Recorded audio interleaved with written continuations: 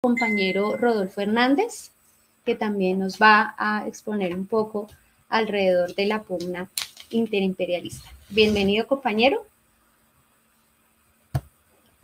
Buenas tardes, buenas noches. Buenas noches. Bueno, tengo ahí en el fondo de la pantalla del archivo una foto de China vacunando a su pueblo en los años 50. La pongo como antesala porque quiero compartir con ustedes, compartir pantalla, ventana, acá. Me comentan aquí, ya se está viendo, ¿sí? Sí. Listo. Quizá la hipótesis que voy a manejar tiene que ver con este titular de prensa, cuando anuncian que la invasión de Rusia hacia Ucrania rompe los cimientos del orden mundial. Entonces, alrededor de esto voy a comentar algunas ideas, pero incluyendo un nuevo actor de esta contienda, que es China. Pero frente a ese resquebrajamiento del orden mundial hay toda una tensión. Países como Alemania aquí ya se están pronunciando, y sabemos que Alemania en el transcurso de estos 8 días cambió de posición. Inicialmente estaba asumiendo una diplomacia con Moscú y cambió drásticamente y empezó a apoyar todas las medidas que está tomando las Naciones Unidas contra Rusia. Pero es como en este marco de discusión de si es que se van a quedar atrás países como Alemania del nuevo orden mundial que se puede estar configurando a partir de los sucesos de Rusia y Ucrania. En esta imagen tiene dos objetivos. Uno, ver cómo aquí se está representando algunos imperialismos: Rusia, Estados Unidos, la Unión Europea. Estados Unidos, la Unión Europea representa también a su vez la OTAN, que quieren arrebatar a Ucrania. Es una imagen del 2014. La coloco porque la he venido trabajando con mis estudiantes, invitándolos a pensar que lo que está pasando hoy en día tiene unas conexiones históricas de un proceso que se ha venido dando, que podríamos leerlo desde 2014, pero ya ahorita escuchamos al compañero Jimmy cómo eso se remontó a años, siglos atrás, y creo que ahorita el compañero Fran también nos va a hablar de ese proceso histórico. Y el segundo propósito de la imagen es ya alertar de que falta un actor más. No solo es Rusia, no solo es Estados Unidos, no solo son los países representados por la Unión Europea y la OTAN, sino que tenemos que hablar también de China en el medio de esta contienda.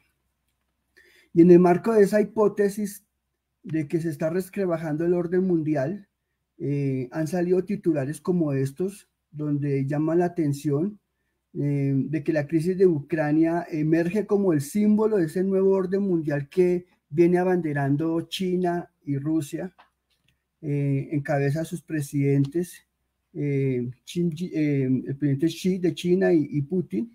Y por eso es muy certero, digamos, la gran consigna de este evento en relación con la postura del MODEP, de que la guerra la hacen los imperialistas y la sufren los pueblos, porque ni los sectores populares en China, en Rusia, en Ucrania decidieron la guerra, pero sí la tienen que sufrir.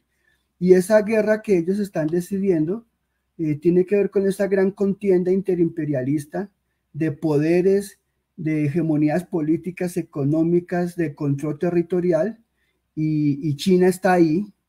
No ha sonado mucho por los medios de comunicación, pero por eso ya hemos llamado la atención de que China sigue ahí, e inclusive se sustenta como lo que hizo Putin hace 8 días y con la declaración de las zonas, reconociendo las zonas independientes, y el lanzamiento, digamos, de la guerra, esperó un tiempo para llegar a unos acuerdos más precisos con China.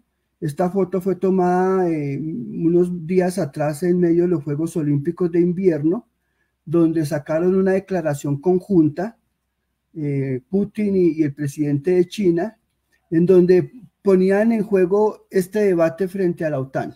¿Sí? China hace un respaldo en clave de defensa de los intereses de Rusia, de seguir exigiendo que la órbita que anteriormente era de la URSS, países como Ucrania, no entren al juego dentro de la OTAN. ¿Sí? Sabemos que desde Rusia es muy importante tener una frontera neutra, lo dijo ahorita Jimmy, y que ya muchos países que en el 91 habían acordado tener esa frontera neutra, hoy hacen parte de la OTAN, y justamente es Ucrania la que hace falta ahí, está ahí la tensión. ¿Sí? Por eso, en ese comunicado conjunto, ellos evocaban esas lógicas de la Guerra Fría, rechazaban esas lógicas de la Guerra Fría, esa confrontación Oriente-Occidente, que en parte provocada también por la presión que está haciendo Estados Unidos sobre Ucrania, Europa sobre Ucrania, para que se alíen hacia el lado de Occidente, y como dijo Jimmy, creo también, provocar esos errores políticos, económicos o militares de Putin que pueda ponerle en una condición de inferioridad. Y entonces, ¿cuál es la postura de China? Y aquí es muy importante tener en cuenta el concepto del poder blando que se maneja en China. Por poder blando se entiende una estrategia política, cultural, no militar, principalmente no militar, pero sí económica, de China, de poder garantizar sus intereses. Y en este momento el interés de China tiene que estar relacionado con la alianza económica, política y militar que tiene con Moscú, con Rusia. China tiene que jugar un poco con el discurso de la soberanía, y por eso digamos, él reconoce la importancia de la soberanía de los pueblos o de los países como Ucrania, pero no ha condenado la intromisión, la guerra que que Rusia ha desatado sobre el pueblo de Ucrania. ¿Sí? En esa intención de poder blando y de siempre estar buscando lo que en la filosofía china llaman el justo punto medio, que aquí pues no tiene nada de justo, pero sí de punto medio, de moverse entre una política internacional del respeto de la soberanía de los pueblos, pero también unos intereses nacionales de una alianza estratégica con Rusia. ¿Sí? Y se ha puesto en escena que esa alianza estratégica va en detrimento de la hegemonía que tiene Estados Unidos. ¿Sí? Rusia y China preparan una alianza contra Estados Unidos, dice aquí el titular de prensa. ¿Sí? Por eso esa declaración entre Rusia y China en contra de la OTAN apunta a los intereses de Estados Unidos de contenerlo, ¿no? Contener a Estados Unidos en su ofensiva hacia el oriente. Y en medio de eso entonces sale Taiwán, que ya vamos a hablar qué papel juega Taiwán ahí. ¿Sí? Le comentaba yo a mis estudiantes, voy a ver si acá tengo una imagen, voy a brincar por acá en estas diapositivas, acá. ¿Sí? Le comentaba yo a los estudiantes este discurso de la doble moral que se maneja en los medios de comunicación, de cuando Rusia propició en el 2013-14 la independencia de Crimea, el referendo que dio que Crimea se unía a Rusia. Claro, también hace parte de la ofensiva imperialista de Rusia, pero también tuvo que ver con una decisión de ese pueblo rusohablante, creo que se llama así, de esa tradición con Rusia, que también hizo un referendo y votó.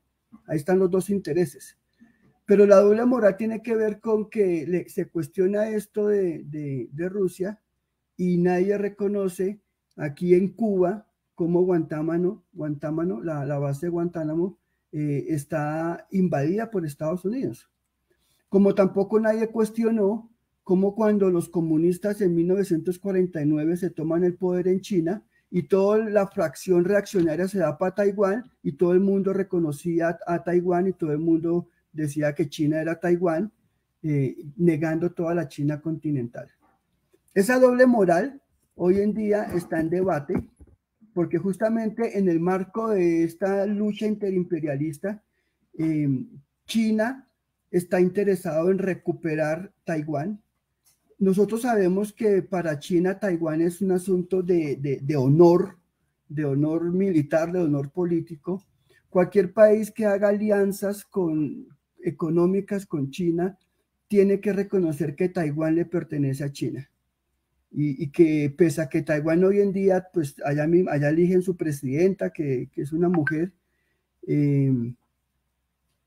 esa autonomía relativa que tiene Taiwán no es reconocida por China, y las hipótesis giran alrededor de que si Rusia logra volver a recuperar para su territorio a Ucrania y Occidente no responde con la contundencia que debería responder según estos análisis, entonces China iría por Taiwán. Y siguen en la órbita de la lucha por poderes estas tres facciones imperialistas: China, Rusia, Estados Unidos. Y este debate no es únicamente allá lejano, como decía la compañera ahorita, ¿sí? No es de que no nos toque a nosotros. Esto es reciente del periódico, la revista Cambio, la nueva Cambio que volvió.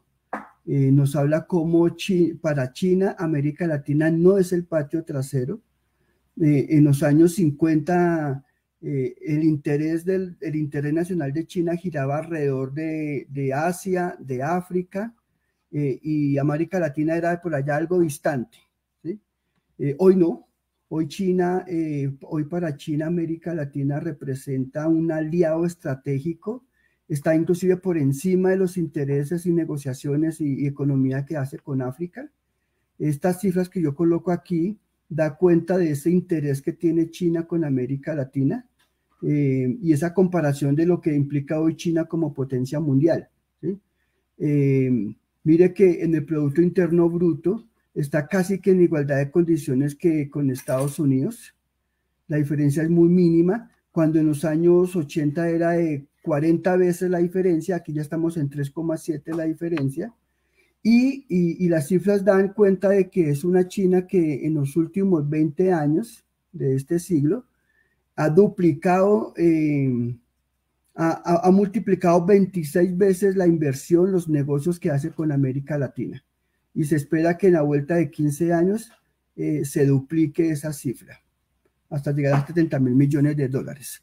Eso significa que el interés en esa contienda interimperialista, el interés que tiene China con América Latina y por ende con Colombia es de relevancia para prestarle atención. Y esta gráfica, para ir culminando, nos habla de la ruta de la seda, la nueva ruta de la seda, el interés que tiene China.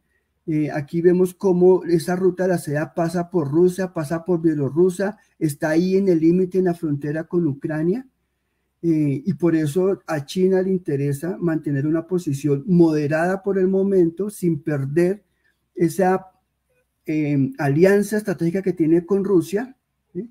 Sin meterse, digamos, a una guerra que en principio, digamos, ella no, como potencia no provocó, ¿sí? Pero que sabe que si se agudiza esa guerra, pues está en contravía de sus intereses económicos, como es la nueva ruta de la seda, para maximizar toda su estrategia económica que tiene hacia el mundo. Por eso estas últimas diapositivas dan cuenta de la postura que actualmente tiene el gobierno de China. Esta foto salió en una de las redes sociales de uno de los dirigentes de China, donde pone de manifiesto cómo ellos entienden que el problema está propiciado por el lado de Estados Unidos, y le están haciendo ese llamado, ¿sí? Para que China asuma una postura, para que intente apagar el fuego con más fuego, como lo ha hecho Estados Unidos, y su reserva de no meterse, digamos, en esa contienda con todos sus intereses de por medio. Porque China juega Go, no juega ajedrez. Este titular es muy interesante para que entendamos un poco a manera de cierre y de resumen la estrategia que tiene China. Todos los aquí conectados conocemos del ajedrez. y sabemos que la lógica del ajedrez es derrotar al enemigo, es acabar con, capturar, jaque mate, matar al rey, y esa es la lógica del imperialismo yanqui en Occidente, pero no es la lógica de China. Cuando uno juega Go, la estrategia consiste en rodear al enemigo, en rodearlo, ¿sí? No necesariamente aniquilarlo, sino rodearlo. Eso explica en parte por qué China a nivel internacional no tiene bases militares regadas por el mundo como sí lo tiene Estados Unidos, pero sí viene comprando tierra por todos lados del mundo, inclusive Colombia, en los páramos. ¿Sí? América Latina, no tengo aquí el mapa, pero sería interesante buscarlo, ahí queda como tarea, donde China está comprando tierra. ¿Sí? Y comparémoslo con donde Estados Unidos tiene bases militares. Entonces, esa es la lógica de la política internacional de China, rodear, rodear. Dos, tres diapositivas para terminar, para que conectemos con Colombia. Nuevamente está la pregunta, ¿y eso qué tiene que ver con Colombia? Y ya lo estamos viviendo en este momento, en campaña electoral, esta triangulación Colombia, Venezuela, Rusia y de por medio el pacto histórico, ¿sí? Petro. ¿Sí? Esta campaña que está haciendo el Centro Democrático hace esa triangulación.